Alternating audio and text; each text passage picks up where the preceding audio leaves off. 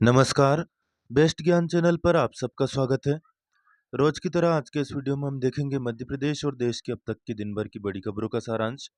Daily news, current affairs, सरकारी नौकरी योजना, मौसम और मंडी भाव की जानकारी के लिए बेस्ट ज्ञान चैनल को सब्सक्राइब करें और वीडियो को पूरा देखिए ताकि पूरी जानकारी आपको मिल पाएगी। मुख्यमंत्री डॉक्टर मोहन यादव ने हाल ही में किसानों और लाडली बहनों को नवरात्रि का बड़ा उपहार दिया है। लाडली बहनों को 17वीं किस्त के साथ 1700 रुपये का उपहार मिला है। खबरों को आइए विस्तार से देखते हैं। मुख्यमंत्री डॉक्टर मोहन यादव ने हाल ही में संग्रामपुर में मंत्रिपरिषद की बैठक में महत्वपूर्ण निर्णय लिया। 0% ब्याज पर फसल ऋण की योजना जो है यह मध्य प्रदेश में जारी रखने का निर्णय लिया गया है। पीएम नरेंद्र मोदी के द्वारा पीएम किसान सम्मान निधि की 18वीं किस्त का सिंगल क्लिक के माध्यम से ट्रांसफर किया गया। मध्य प्रदेश के 81 लाख से अधिक किसानों को इससे लाभ मिला। 1682.9 करोड़ से अधिक की राशि सीधे किसानों के खाते में ट्रांसफर हो चुकी है। आप अपने खाता चेक कर सकते हैं, राशि आपके खाते में पहुंच गई होगी। सिंग्रामपुर में मंत्रिपरिषद की बैठक में एक और बड़ा फैसला लेते हुए रानी दुर्गावती श्री अन्न प्रोत्साहन योजना में अधिकतम 3,900 रुपये प्रति हेक्टेयर अतिरिक्त सहायता राशि की स्वीकृति किसानों के लिए दी गई है। श्री अन्न बोलते हैं मोटे अनाज को, जिसमें ज्वार, बाजरा, कोदो, कुटकी ये सभी शामिल होते हैं। इसके अलावा मध्य प्रदेश में जैन कल्याण बोर्ड के गठन का निर्णय लिया गया।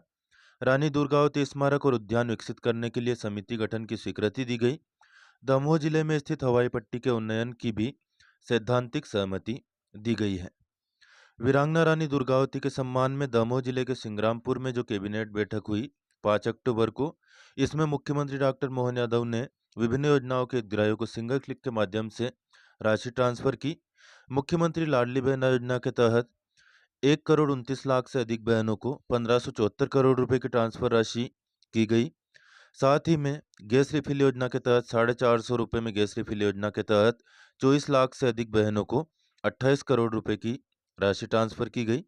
सामाजिक सुरक्षा पेंशन योजना के 55 लाख से अधिक हितग्राहियों को 332.71 करोड़ रुपए की ट्रांसफर की गई और 5.47 करोड़ से अधिक की लागत के विभिन्न विकास कार्यों का लोकार्पण और भूमि पूजन भी किया गया। लाडली बहनों को इस महीने 1700 रुपये का लाभ मिला है, खासतौर पर जिन्होंने गैस रिफिल करवाई थी। 1250 रुपये मुख्यमंत्री लाडली बहन योजना का आए और 450 रुपये गैस रिफिल योजना के। इस प्रकार से जिन्होंने इस महीने या पिछले महीने गैस रिफिल करवाया होगा उनके खाते में 1700 रुपये की राशि कुल मिलाकर जमा हो गई होगी। 1250 और 450 दोनों मिलाकर 1700 रुपये का लाभ इस महीने लाडली बहनों के खाते में ट्रांसफर हुआ है। इसके अलावा सिंग्रामपुर में आयोजित कार्यक्रम में दमोह को पर्यटन महत्व का दर्जा देने और केंद्र बनाए जाने का निर्णय लिया गया। वीरांगना रानी दुर्गावती की प्राचीन राजधानी सिंग्रामपुर में स्वास्थ्य केंद्र बनाए जाने का भी फैसला हुआ है।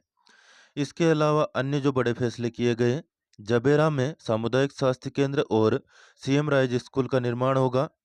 रानी दुर्गावती के नाम पर मंगल भवन बनाया जाएगा। दमोह जिले में सिंचाई के लिए चेक डैम और स्टॉप डैम बनाए जाएंगे और रानी दमयंती संग्रहालय का विकास और उन्नयन भी किया जाएगा। खरीफ विपणन वर्ष 2024-25 समर्थन मूल्य पर धान, ज्वार और बाजरा उपार्जन के लिए पंजीयन तिथि में बढ़ोतरी हो गई है। यदि आपने पंजीयन नहीं करवाया हो तो अब भी पंजीयन करवा सकते हैं। 14 अक्टूबर 2024 इसके लिए लास्ट डेट है। डेली न्यूज़, करंट अफेयर्स, सरकारी नौकरी योजना, मौसम और मंडी भाव की जानकारी के लिए बेस्ट ज्ञान चैनल को सब्सक्राइब करना बिल्कुल न भूलें। अन्य दोस्त जो भी आपसे जुड़े हो फेसबुक, व्हाट्सएप या टेलीग्राम ग्रुप के जरिए उनको भी लिंक शेयर कर दिया करें ताकि ये काम की और ज्ञान की जानकारी सभी तक पहुंच पाए। आपके प्रश्न या सुझाव कमेंट करके जरूर पूछ या बता सकते हैं।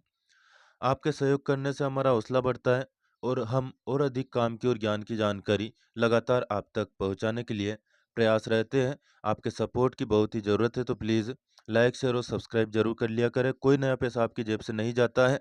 जो विज्ञापन बीच बीच में आप वीडियो के बीच में देखते हैं उनसे कंपनियां हमें पैसा देता है और यूट्यूब हमें उसके जरिए कमाई का जरिया देता है, तो प्लीज़ सपोर्ट जरूर कर दिया करें। पशुपालकों की आय बढ़ाने के लिए संकल्पित है मध्य प्रदेश सरकार। आचार्य विद्यासागर गौ संवर्धन योजना मध्य प्रदेश में चल रही है। इससे सभी वर्ग के पशुपालक लाभ उठा सकते हैं। पात्रता की बात करें तो इसमें 5 पशुओं के लिए न्यूनतम 1 एकड़ कृषि भूमि होना चाहिए। परियोजना की अधिकतम सीमा राशि है 10 लाख रुपए, तो यह लोन आपको मिल सकता है। 75% राशि बैंक ऋण के माध्यम से आपको प्राप्त होगी।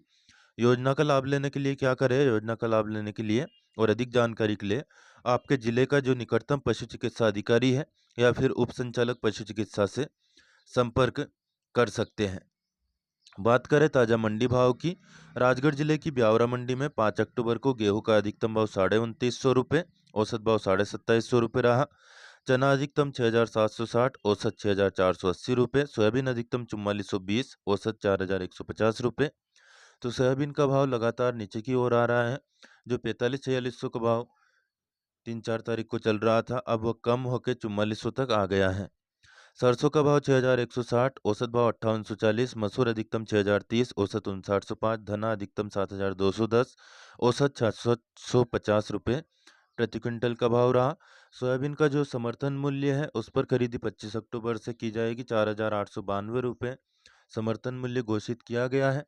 हालांकि वह भी कम है, लेकिन बाजार में जो भाव लगातार कम हो रहा है, इसको बढ़ाने के लिए सरकार को जरूरी कदम उठाने चाहिए। शिवराज सिंह चौहान बार बार घोषणा कर रहे हैं और बात कर रहे हैं कि हमने आयात शुल्क बढ़ा दिया है और उससे सोयाबीन के मूल्य में बढ़ोतरी हुई है, लेकिन उसका असर बाजार में होता दिखाई नहीं दे रहा है। सोयाबीन तेल के भाव जरूर बढ़े हैं, लेकिन सोयाबीन के भाव में कोई बढ़ोतरी नहीं हो रही है। सरकार को इसके लिए सख्त से सख्त कदम उठाने की जरूरत है, ताकि वास्तव में किसानों को फायदा पहुंच सके।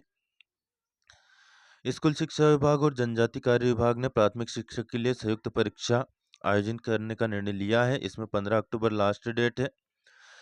20 अक्टूबर तक आप आवेदन में संशोधन कर पाएंगे। 10 नवंबर से परीक्षा प्रारंभ होगी। इसकी जो वैधता है परीक्षा की, वह आजीवन रहेगी। तो प्रयास करें कि आपका अच्छे नंबर से यह परीक्षा पास कर पाएँ, क्योंकि कंपटीशन बहुत ज़्यादा है। वेबसाइट है www.esb.mponline.gov.in। इसके माध्यम से आप आवेदन भर सकते हैं और विस्तृत जानकारी प्राप्त कर सकते हैं। पॉलिटेक्निक कॉलेज राजगढ़ में CLC राउंड चालू है। ऑनलाइन रजिस्ट्रेशन 30 सितंबर से 8 अक्टूबर तक हो रहे हैं। दस्तावेज सत्यापन के लिए संस्था में प्रवेश के लिए 7 अक्टूबर लास्ट डेट है। सीट रिक्त न होने पर 8 अक्टूबर भी आप संपर्क कर सकते हैं। 10:30 बजे से सुबह 10:30 बजे से रात 11:45 बजे तक का समय आपके पास रहेगा। बहुत सारी सुविधाएं इसमें है। छात्रवृत्ति की सुविधा भी है और इंजीनियरिंग लेवल की जो है पढ़ाई यहाँ पर आपको मिलती है। 70वें राष्ट्रीय फिल्म पुरस्कार समारोह में दादा साहब फाल्के पुरस्कार से किसे सम्मानित किया जाएगा? मिथुन दा को। शिगुरु इशिबा को जापान का नया प्रधानमंत्री बनाया गया है और air chief marshal Amanpreet Singh देश के नए वायुसेना प्रमुख बने हैं। तीनों फैक्ट आपकी प्रतियोगी परीक्षा की दृष्टि से महत्वपूर्ण है, याद रखिएगा। खेल से जुड़ी बड़ी खबर भी आपको बताएंगे। हरियाणा विधानसभा चुनाव की बात करें, हरियाणा विधानसभा चुनाव के लिए मतदान शांतिपूर्वक संपन्न हो गया है। शाम 6 बजे तक यहाँ पर 61% से अधिक मतदान दर्ज किया गया। खेल से जुड़ी बड़ी खबर की बात करें, अंगद चीमा ने गोल्फ विजाग ओपन 2024 का खिताब जीत लिया है और चैंपियनशिप जीत के लिए 11 साल का जो इंतजार था वह खत्म किया। तो मोस्ट इंपोर्टेंट क्वेश्चन यहाँ से बन सकता है, याद रखिएगा। गोल्फ चैंपियन कौन बने हैं? अंगद। इनका नाम याद रखिएगा। कौन सा खिलाड़ी किस खेल से संबंधित है, यह फैक्ट भी याद रखना महत्वपूर्ण रहता है। आपकी प्रतियोगी परीक्षाओं में इससे संबंधित प्रश्न पूछे जाते हैं। तो गोल्फ विजाग जीत लिया है अंगद चीमा ने। डेली न्यूज, करंट अफेयर्स, सरकारी नौकरी योजना, मौसम और मंडी भाव की जानकारी के लिए बेस्ट ज्ञान चैनल को सब्सक्राइब करना बिल्कुल ना भूलें। लाइक और शेयर करें और प्रश्न या सुझाव कमेंट करके जरूर बताएं। अब बात कर लेते हैं मौसम की। मौसम की परिस्थितियां देखें। वर्तमान में दक्षिण पश्चिम मानसून आपसी की रेखा नौतनवा, सुल्तानपुर, पन्ना, नर्मदापुरम, खरगोन, नंदुरबार, नवसारी और 20 डिग्री उत्तरी अक्षांश, 70 डिग्री पूर्वी देशांतर से होकर गुजर रही है। अगले 2-3 दिनों में मध्य प्रदेश, महाराष्ट्र और गुजरात के शेष भागों से दक्षिण पश्चिम मानसून की वापसी की संभावना है। एक चक्रवात बना हुआ है पश्चिम बंगाल और निकटवर्ती क्षेत्रों के ऊपर, समुद्र तल से 3.1 किलोमीटर की ऊंचाई पर। बंगाल की खाड़ी में आंध्र प्रदेश के ऊपर समुद्र तल से 1.5 से 4.5 किलोमीटर की ऊंचाई पर एक अन्य चक्रवाती परिसंचरण सक्रिय है। उत्तरी पाकिस्तान और उससे लगे पंजाब के ऊपर समुद्र तल से 1.5 किलोमीटर की ऊंचाई पर चक्रवाती परिसंचरण सक्रिय है। वही पूर्वोत्तर असम और निकटवर्ती क्षेत्रों के ऊपर माध्य समुद्र तल से 1.5 किलोमीटर की ऊंचाई पर चक्रवाती परिसंचरण सक्रिय है। अगले 4 दिनों के बाद मौसम के हाल की बात और बारिश के हाल की बात की करें 6 अक्टूबर को सीधी, सिंगरौली, डिंडोरी, बैतूल और बड़वानी में चिटपुट बारिश हो सकती है। कहीं पर भी बिजली चमकने या गिरने की संभावना नहीं है। 7 अक्टूबर को रीवा, मऊगंज, सीधी, सिंगरौली में 25% या उससे कम स्थानों पर बारिश का अनुमान है। अन्य जिलों में मौसम शुष्क रहेगा। 8 अक्टूबर को रीवा, मऊगंज, सिंगरौली में चिटपुट बारिश हो सकती है। वहीं 9 अक्टूबर को सिंगरौली, शहडोल, अनूपपुर, डिंडोरी, मंडला, बालाघाट, सिवनी और बैतूल में 25% या उससे कम स्थानों पर बारिश का अनुमान है। अन्य जिलों में मौसम शुष्क रहेगा। फिलहाल इस वीडियो में इतना ही। धन्यवाद। जय जवान, जय किसान, जय हिंद, जय